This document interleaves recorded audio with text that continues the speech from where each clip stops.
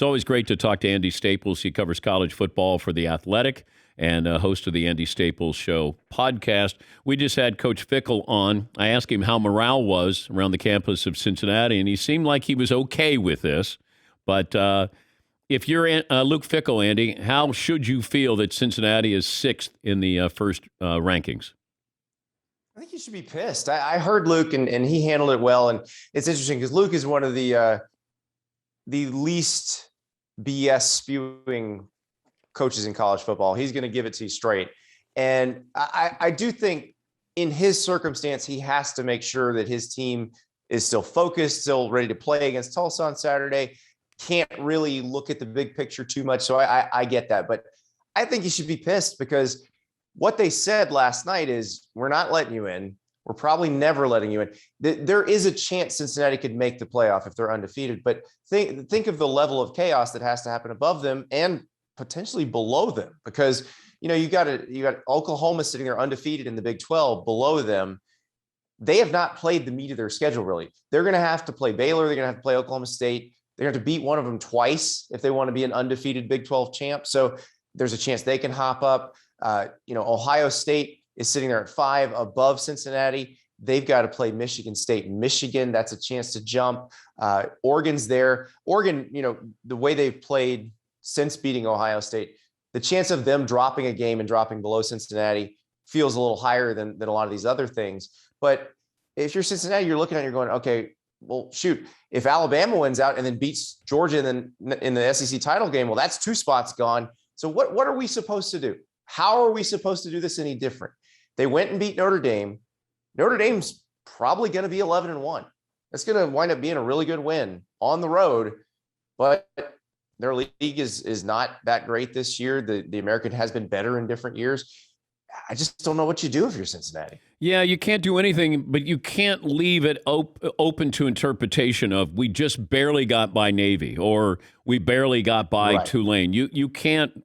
You got to win, and you got to win impressive, so they can't hold that against you. But I don't know if you heard me when I said I think the committee left them out on purpose because they don't want to have them stay in, be undefeated, and then take them out for no real good reason. What do you think of that? I don't think they thought about it that hard, Dan. I just having done the mock selection and understanding the way the mechanics of that ranking works. So they kind of do them in buckets where you go 3 at a time.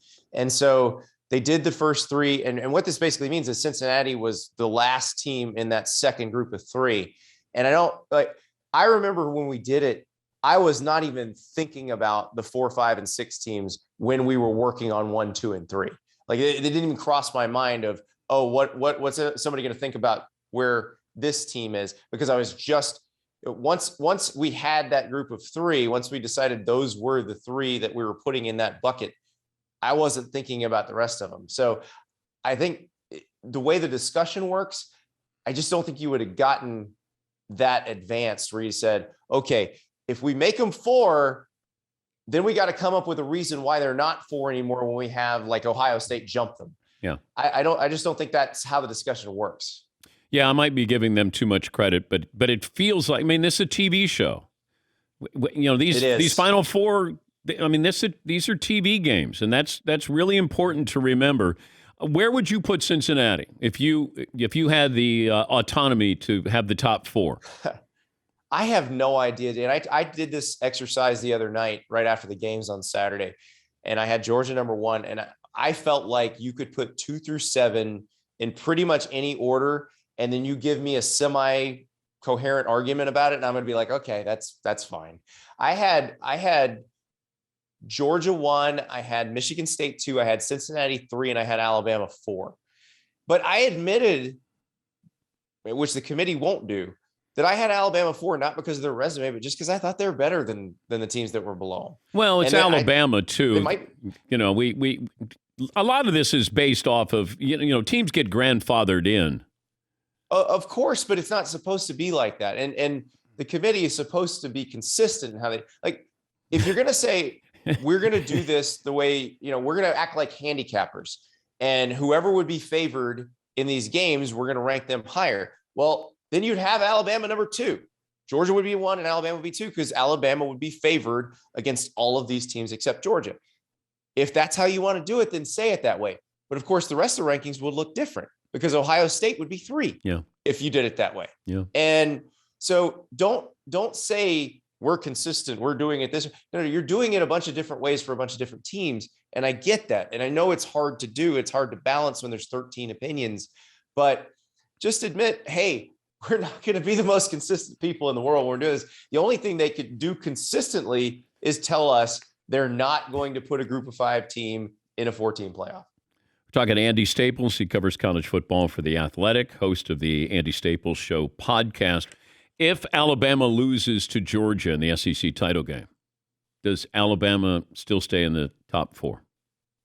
I don't think so. I don't think there's any chance of that. The chance of a two-loss team making the playoff is essentially let's say Auburn won out. If Auburn wins every game left on the schedule, they would win the SEC West at 10-2, and they'd have a loss to Penn State and a loss to Georgia. And then they would play Georgia in the SEC championship game. And if they beat Georgia in the SEC championship game, they would be in. They'd be the first 2-loss team to make the playoff. But Georgia would still make the playoff in that scenario. So it's interesting because if Georgia goes 12-0 into the SEC championship game, then they are going to the playoff. There's really nothing that's going to knock them out. And then if they lose that game, then the SEC is getting 2 in. You got your Heisman vote ready for anybody right now? Well, I mean, shoot.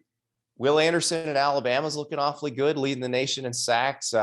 Tyler Linderbaum, I know the Iowa offense is not working that great, but the folks who know offensive line play tell me that he's the best center to come along in the last 15 years. Jordan Davis at Georgia, when he's on the field, you have to change everything you do about him. Kayvon Thibodeau at Oregon. You notice I haven't mentioned a quarterback yet. I may not, because I just don't know that there are. In terms of the quarterbacks, running backs, I thought Kenneth Walker at Michigan State made a very nice case for himself against Michigan. And if you go back and look at that game, there are times when there's not even much of a hole and Kenneth Walker's making stuff happen. So I think he's got a good shot. I want to see Bryce Young in Alabama down the stretch, because I think if he plays well against Auburn, if he plays well against Georgia, I think he'll have a very good shot. Though, again, I would question, is Bryce Young the best player on Alabama? Because I think Will Anderson can make a very strong case for being the best player for Alabama. Good to check in with you, as always, Andy. Thanks for joining us. Thanks, Dan. That's Andy Staples, covers college football for The Athletic.